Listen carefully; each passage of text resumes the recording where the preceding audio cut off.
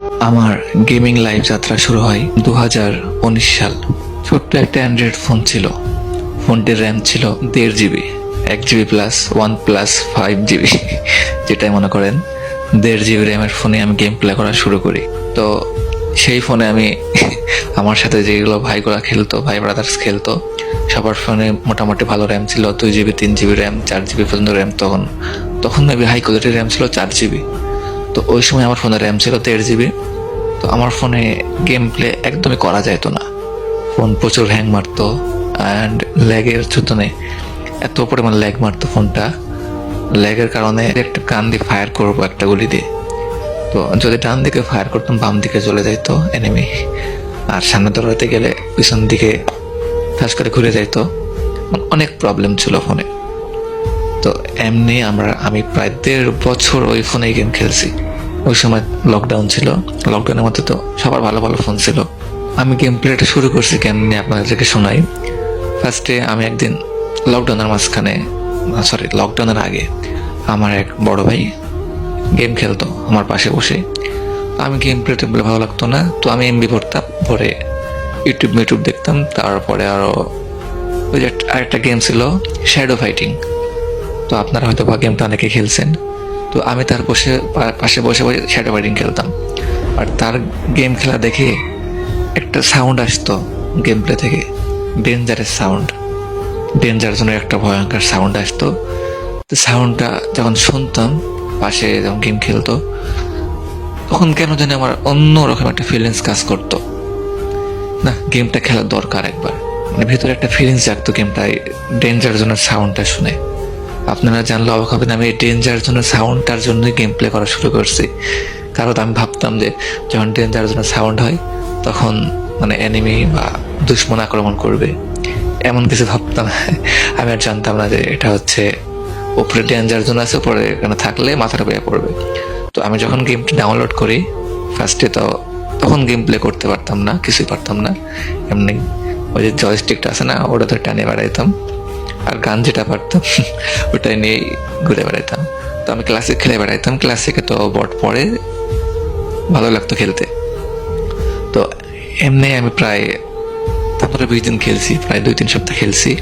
খেলার পরে একদিন আমার বড় ভাই বলে, এই তুই ক্লাসিক খেলিস কেন? এইদিকে আমি ক্লাসিক খেলতে খেলতে আমার লেভেল হয়ে গেছে 20+।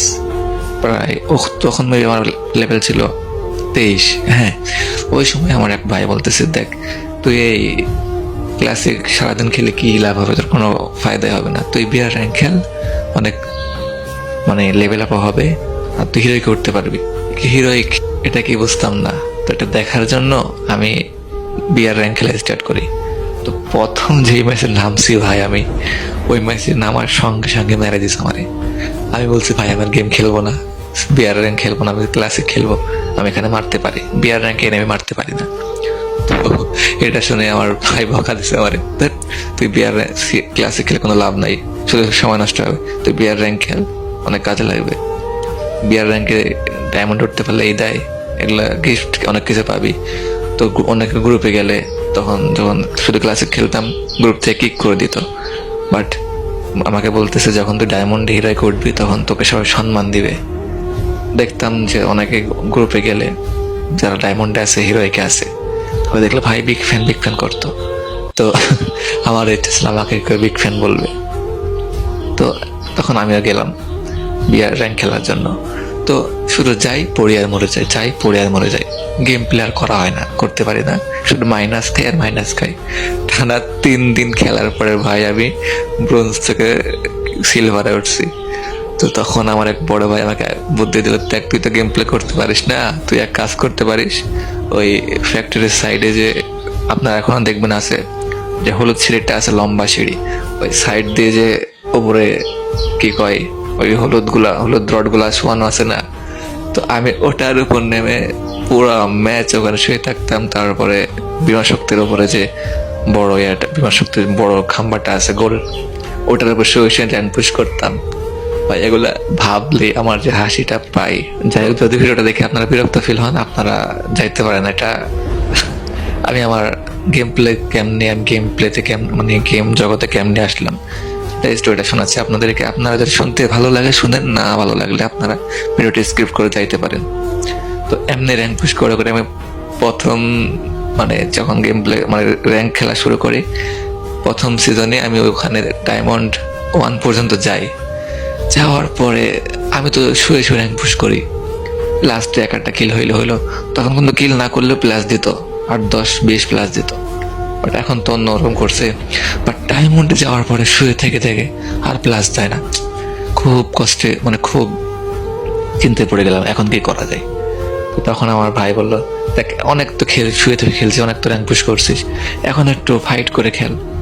তখন মনে করেন এখন তো খেলতাম, স্লো খেলতাম, ইয়ারডপ নিয়ে যেতাম, ইয়ারডপ ফেলে এখন ওপর থেকে মারতাম এনিমি 2-1টা। আর তারপরে মনে করেন শুরু করলাম রাশ গেম প্লে। ফার্স্টে টেনে গেলাম, দেন আমি তো 2 ফিঙ্গারে খেলতে পারতাম না। দেন আমার ভাই আমাকে 3 ফিঙ্গারে একটা সেটিং করে দিল। তারপর আমি এখন 2 ফিঙ্গারেই খেলি ভাই। বাট 3 ফিঙ্গার করার পরে আমি 1 মাস পর 3 ফিঙ্গারে খেলছি, বাট খেলা পারি না তখন। তো 2 ফিঙ্গারে আবার শিফট করলাম, যে ভাই 3 ফিঙ্গারে পারতেছে না, 2 ফিঙ্গারে খেলবো। 2 ফিঙ্গারে আমার খেলা অনেক ভালো লাগে, 3 ফিঙ্গার অনেক প্যারা লাগে, মাথায় যন্ত্রণা করে, মানে এনিমি বুঝতে পারি না কোন দিকে যায়। তো আমি আবার 2 ফিঙ্গারে খেলা শুরু করলাম, দেন ট্রেনিং করলাম। তারপর আসলে হচ্ছে ক্লাস স্কোয়াড। আগে কিন্তু ক্লাস স্কোয়াড মোডটা ছিল, বাট সিএস র্যাঙ্ক মোডটা ছিল না।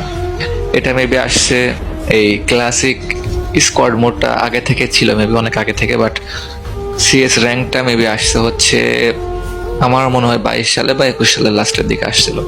তো তারপর আসলে সিএস র্যাঙ্ক যখন আসে, তারপর থেকে খেলা শুরু করলাম সিএস র্যাঙ্ক। তো আমি ভাই সিরিয়াসলি আমি বিআর র্যাঙ্ক খেলে আমি গেম প্লে টোটালি পারতাম না, একদম বট। আমি প্রায় 1 বছর খেলে আমি গেম প্লে টোটাল কিছু শিখতে পারছিলাম না। তো যখন সিএস র্যাঙ্কটা আসলো, মানে সিএস র্যাঙ্কে আমি এত পরিমাণ আসক্ত হয়েছি, মানে দিন না 24 ঘন্টা ধরে সিএস র্যাঙ্ক খেলতাম। প্রথম সিজনে আমি চলে গেছি হিরোইক, ভাবছেন। তো সিএস র্যাঙ্ক গেম প্লে করতে করতে মনে করেন গেম প্লেটা অনেক হার্ড হয়েছিল। দেন বললাম না ফার্স্টে আমার যে 1.5 GB র্যাম অ্যান্ড্রয়েড ফোন। তো যখন সিএস র্যাঙ্ক মোডটা আসছে, তার কিছুদিন আগে আমি একটা ফোন চেঞ্জ করছি। তখন হাতে কিছু টাকা পয়সা আসছিল, এটা 2022 সালের দিকে হয়তো বা। তো তখন একটা ফোন কিনছিলাম, হচ্ছে ফোনটার নাম ছিল হচ্ছে Realme 5i। তো ওই সময় ফোনটা অনেক বেশি মার্কেটে চলতেছিল, সবাই এই ফোনটার বিষয়ে বলতেছিল যে ভাই এই ফোনটা কিনো, ভালো হবে।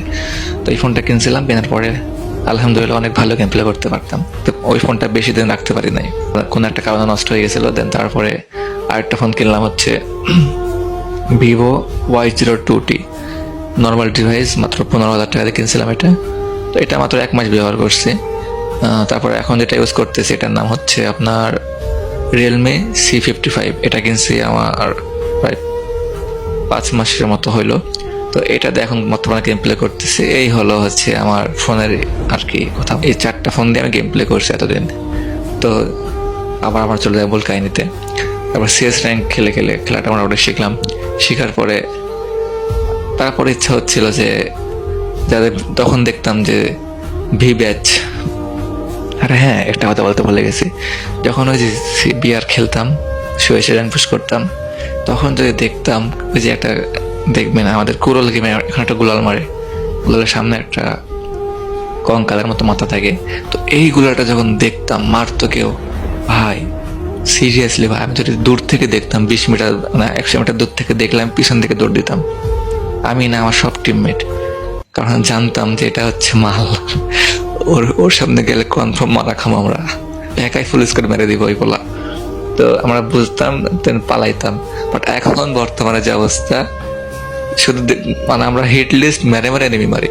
আর আগে আমরা গেম প্লে করতাম যখন, শুরু চলে জানতাম যখন এনিমি আছে উল্টা দিকে দৌড় দি দোস্ত, গেম যাইতে হবে না সামনে। কিন্তু ওই সময় একটা ভয় কাজ করতো, কেন আমরা একবার মরলে আর রিভাইভ পাইতাম না। বাট এই যে এখন 10 বার মরো 20 বার মরো, রিভাইভ দিতে আছে। একটা জন পয়সা রেখে দিছে, মানে গাড়ি নিয়ে জনের মধ্যে ঘুরে বেড়াচ্ছে আর রিভাইভ দিতে আছে, কোনো ভয় ডর নাই, র্যাঙ্ক পুশ করা ধরা। এটাই হচ্ছে বর্তমানের অবস্থা। তো আমার গেম লাইফ স্টোরি তোমাদের কাছে কেমন লাগলো সবাই একটু কমেন্ট বক্সে বলবা। অ্যান্ড অনেকদিন ধরে ভিডিও বানাই না, যদি কারো কাছে ভালো কোনো স্টোরি থাকে, তার লাইফ স্টোরি বা স্যাড স্টোরি, লাভ স্টোরি কোনো কিছু থাকলে আমাকে আমার সাথে শেয়ার করতে পারো। আমার মাথায় কিছু আসতেছে না ভাই, কি ভিডিও বানাবো না বানাবো। তো যদি আপনাদের কাছে কোনো ভালো কন্টেন্ট থাকে আমাকে বলতে পারেন।